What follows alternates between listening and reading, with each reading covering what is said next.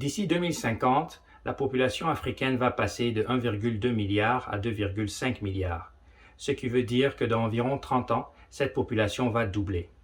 Le besoin le plus basique et indispensable restera donc le même, se nourrir. Comment produire suffisamment pour nourrir toute cette population? Je vous donne la réponse à travers ce bref résumé du livre intitulé « 10 clés pour réussir dans l'agrobusiness en Afrique », écrit par le jeune entrepreneur camerounais Loïc Kamois.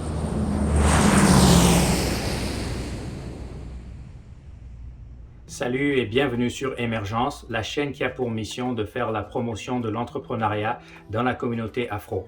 Ici, nous parlons immobilier, agrobusiness, nouvelles technologies et tant d'autres secteurs rentables qui peuvent amener la communauté à devenir plus influente dans la diaspora, tout comme au pays. Alors, si tu partages la même passion, je t'invite à faire deux choses rapidement. Abonne-toi à la chaîne et active la cloche pour ne manquer aucune de nos vidéos. L'Afrique détient 65% des terres les plus arables au monde, mais chaque année, l'équivalent de 35 milliards de dollars en nourriture est importé sur le continent.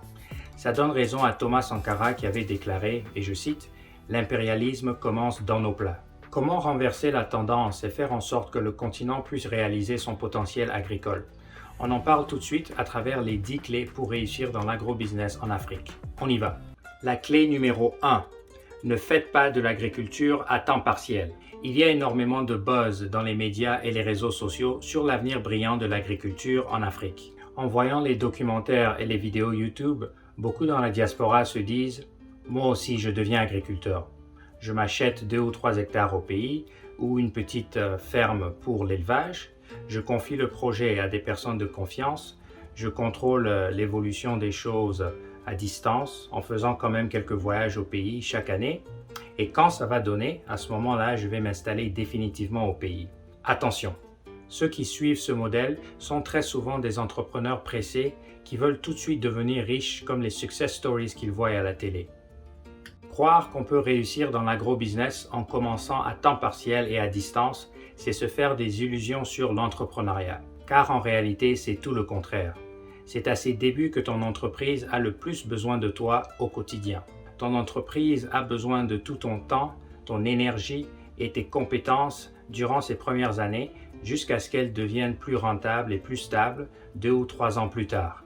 Il faut être présent chaque jour si nécessaire pour surveiller tes cultures, car personne ne peut prendre soin de ton entreprise mieux que toi-même. La clé numéro 2. Ne pas confier la gestion de son champ à un membre de famille ou à un ami. Confier son entreprise à un membre de famille, c'est essayer de transférer ses rêves et sa réalité à une autre personne. Pourtant, c'est toi qui as reçu l'inspiration et la motivation de transformer ton idée en business à succès. Tu ne peux pas confier à quelqu'un d'autre la responsabilité de réaliser tes rêves. L'auteur termine avec un conseil sage et pratique pour ceux de la diaspora qui aspirent à se lancer dans l'agriculture en Afrique. Il suggère de commencer dès maintenant à acheter et à sécuriser des terres dans votre pays d'origine. Tu peux donc consacrer 1 mois chaque année pour aller au pays et acheter des terres, faire toutes les formalités et les démarches administratives afin de sécuriser toi-même tes terrains. Une fois que les terrains sont acquis, ta famille peut rester faire ses petits champs sur les terrains en attendant que toi tu reviennes t'installer définitivement au pays. À ce moment-là, toi tu pourras maintenant déployer ton projet agricole. La clé numéro 3. Spécialisez-vous dans un seul type de culture ou d'élevage. Les points de vue sont polarisés au sujet de la meilleure stratégie commerciale entre la spécialisation et la diversification. C'est un débat sans fin dans le monde des affaires. Pour l'auteur, chaque stratégie a ses mérites, mais toutes les deux deviennent encore plus efficaces quand elles sont exécutées dans la bonne séquence, c'est-à-dire d'abord la spécialisation et ensuite la diversification. Il cite Andrew Carnegie, l'homme le plus riche de son époque, qui dit « Mettez tous vos œufs dans le même panier et ensuite surveillez ce panier attentivement. » Selon lui, c'est en voulant porter plusieurs paniers à la fois qu'on finit par casser la plupart des œufs.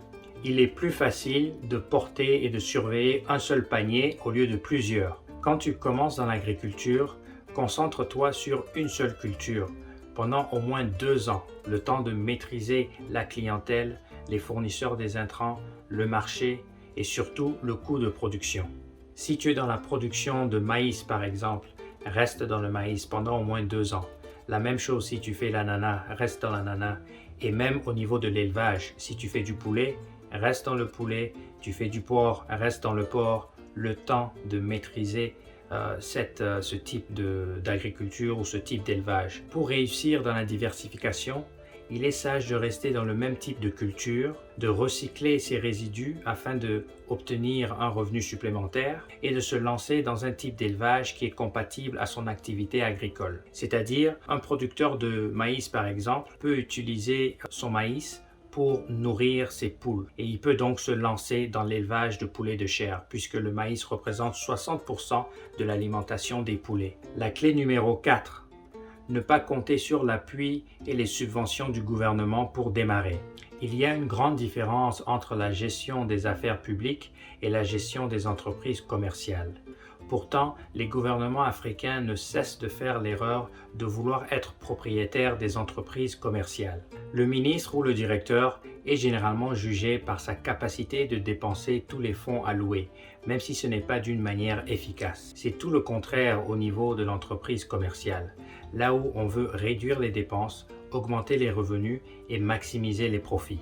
L'État devrait se focaliser sur la création d'un environnement propice pour le développement des affaires, en imposant des mesures responsables telles que la tarification, les incitations fiscales et la facilitation dans l'acquisition des espaces et des équipements. Le manque de programmes d'accompagnement ne doit pas servir d'excuse pour ne pas se lancer dans l'agrobusiness. Ceux qui cherchent le plus les dons et les subventions sont souvent ceux-là qui n'ont pas encore un seul hectare de terre cultivée quelque part.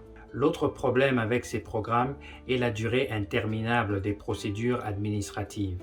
Le montage et le suivi de ton dossier peuvent prendre plusieurs années avec des réunions sur réunions et surtout avec les descentes payantes des ingénieurs du programme sur ton site de production. Mieux vaut oublier le gouvernement et commencer petit, même avec 1 hectare. Ensuite, tu pourras augmenter tes surfaces. Tu pourras aussi te renseigner auprès des leaders dans ton domaine afin de visiter leurs fermes et même en y faisant des stages pour acquérir les connaissances pratiques et pouvoir réussir ton projet à toi. La clé numéro 5. Ne confiez pas votre argent à une entreprise qui vous promet des gains immenses après 3 ou 6 mois.